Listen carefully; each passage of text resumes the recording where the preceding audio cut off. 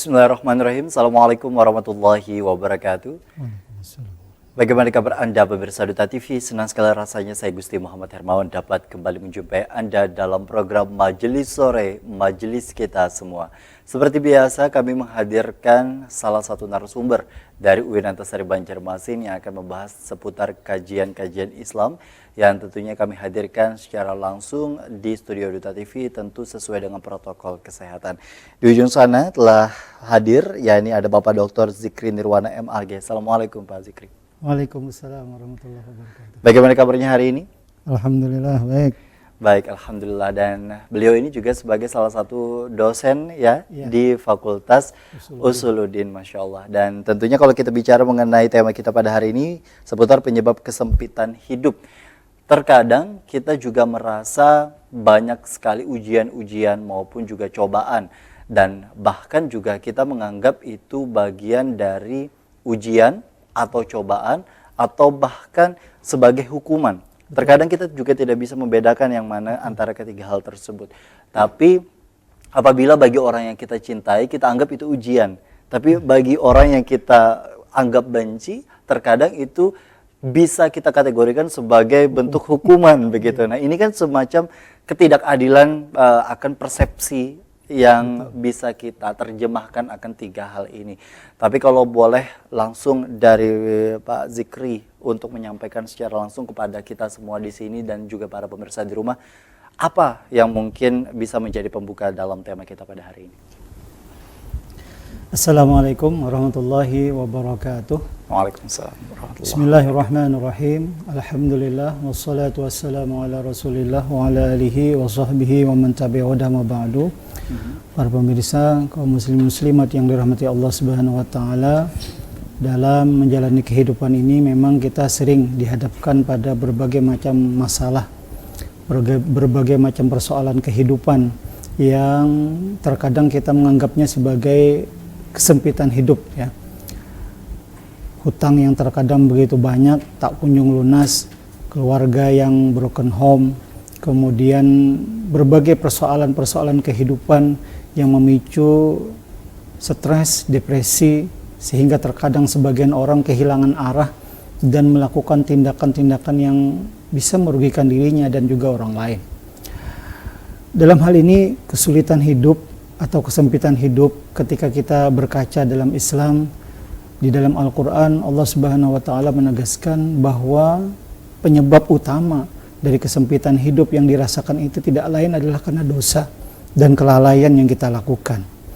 Di dalam Quran surah Thaha ayat 124 disebutkan sebagai berikut, A'udzubillahi minasyaitonirrajim, wa man a'rada an dzikri fa inna lahu ma'isyatan dhanqa wa nahsyuruhu yaumal qiyamati a'ma.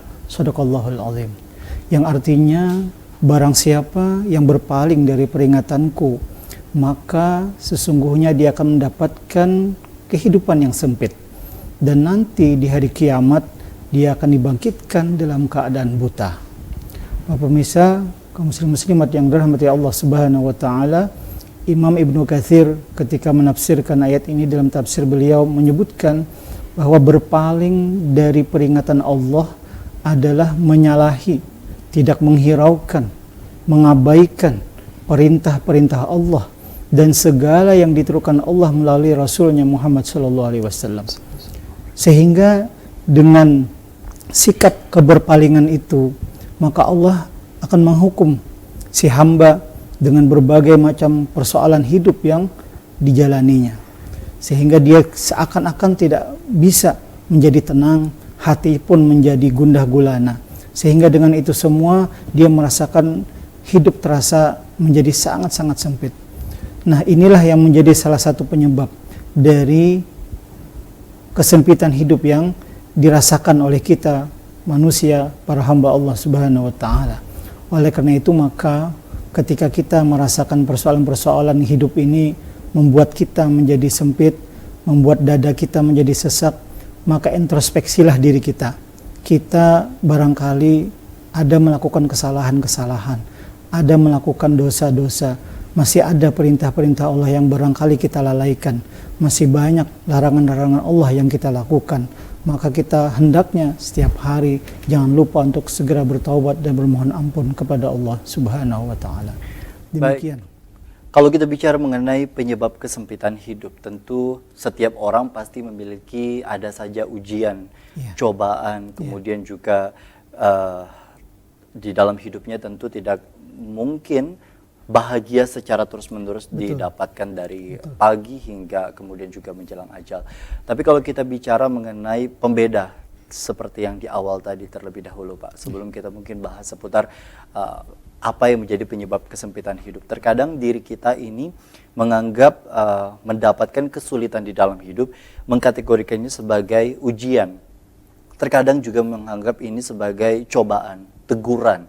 Tapi ada juga bagi sebagian orang yang menganggap bahwa yang dilakukan adalah bagian dari istidraj atau kemudian juga hukuman dan lain sebagainya yang semacam membuat diri kita lalai, tapi ternyata memang diberikan terus nikmat yang kemudian juga terus bertambah, dan ada orang yang menegur bahwa itu dinyatakan sebagai istidraj dan lain-lain, padahal kita menganggap itu bagian dari ujian. Nah, sejauh mana kita mampu untuk membedakan antara ketiga hal tersebut? Oke. Jadi begini, ujian hidup itu kan ada dua ya, ada yang berupa kesenangan, ada yang berupa kesulitan. Ya, yang kita bahas dalam konteks ini sebetulnya adalah lebih kepada kesulitan ya. Kalau yang kesenangan itu sebetulnya kita diuji juga gitu. Ya, ujian itu kan dari Allah Subhanahu wa taala di Quran surah Al-Fajr. Itu karakter kita ya. Auzubillahi minasyaitonirrajim. Fa ammal insan idza mabtalahu rabbuhu fa akramahu wa na'amahu fa yaqulu rabbi akraman wa amma idza mabtalahu fa qadara alaihi rizqahu fa yaqulu rabbi ahanan. Sadaqallahul azim. Manusia itu kata Allah ketika diuji dengan kemuliaan, dengan kesenangan, maka dia akan berkata Tuhan telah memuliakanku. Ketika manusia diuji dengan kesulitan, kesempitan, maka manusia akan berkata Tuhan telah menghinakanku. Nah, ini karakter dasar kita. Jadi terkait dengan ujian hidup ya. Jadi ujian hidup itu sebetulnya bisa kita lihat dari sejauh mana pemanfaatan terhadap nikmat yang ditambah atau nikmat yang dikurang.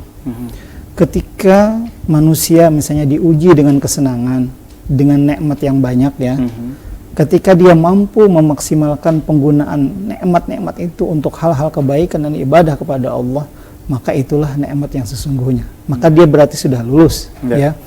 Tetapi ketika si hamba diuji dengan kesenangan dan justru membuat dia semakin lalai, semakin berpaling kepada perintah Allah, nah berarti itu tidak lulus ya.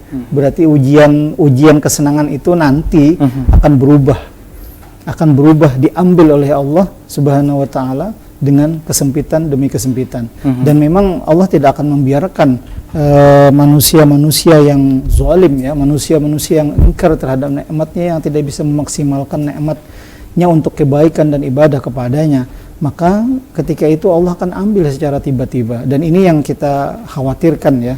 Kita ketika mendapat nikmat jangan merasa senang dulu gitu ya. Ketika nikmat itu kita tidak bisa menggunakannya dengan untuk kebaikan dan ibadah, maka siap-siap itu akan diambil oleh Allah Subhanahu wa taala, dan yang terjadi selanjutnya adalah akan diubah menjadi, akan dikurangi, bahkan diambil, bahkan diberi sebaliknya, yaitu kesulitan demi kesulitan yang terkadang lebih dahsyat ketimbang yang sebelumnya. Baik.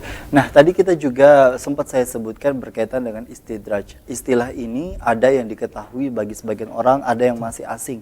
Kalau kita bicara mengenai kesenangan yang kemudian juga tadi sampaikan bahwa ada yang mampu untuk mengelolanya sehingga dia dikategorikan sebagai lulus dalam ujian kesenangan begitu. Tapi ada juga yang kemudian juga lalai atau kemudian tidak memahami apa makna dan kandungan yang kemudian juga dalam ujian tersebut dapat dipetik, maka bisa dikategorikan sebagai orang yang tidak lulus atau yang bisa dikategorikan sebagai lalai. Nah, terkadang juga banyak orang yang meninggalkan berbagai kewajiban, kemudian juga mendatangi akan berbagai hal yang dilarang, namun kesenangan yang didapatkan ini bahkan terus melimpah begitu, sampai pada titik di mana bagi sebagian orang ini dijadikan sebagai salah satu contoh istidraj, tapi ada juga bagi sebagian orang yang menganggap bahwa ternyata ketika meninggalkan pun tidak masalah begitu, karena limpahan nikmat pun juga tetap masih didapat. Nah, seperti apa sebenarnya kita memantau atau kemudian juga mengindikasikan bahwa pada saat ini kita sedang mengalami yang namanya istidraj? Ya. Jadi yang paling pertama dulu ya yang harus kita camkan itu adalah ketika kita melihat orang lain itu kita jangan istilahnya untuk menghakimi. Jangan menghakimi dulu. Ya, bahwa sebetulnya yang kita jadikan tol ukur itu sebetulnya diri kita. Okay. Ya, diri kita. Jadi ketika diri kita mendapatkan nikmat ya, fasilitas tertentu misalnya kendaraan, mobil atau apa gitu ya.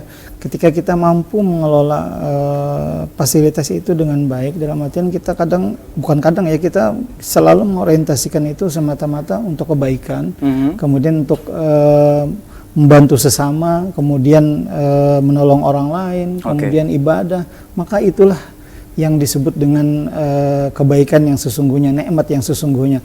Nah, kemudian sebaliknya ketika nikmat atau fasilitas yang sudah diberikan itu ternyata banyak penggunaannya untuk hal-hal yang sifatnya melalaikan. Nah, berarti itu istidraj. Nah, ini nanti akan kita bahas lebih lanjut di segmen berikutnya, karena tentu kalau kita bicara mengenai penyebab akan sulitnya kehidupan, hal-hal yang kita anggap menjadi bagian dalam ujian dan lain sebagainya, terkadang juga tidak lain tidak bukan adalah datang dari diri kita. Betul. Sejauh mana kita memahami akan kondisi tersebut, nanti kita juga akan bahas lebih lanjut. Tetaplah bersama kami dalam program Majelis Sore, Majelis Kita Semua.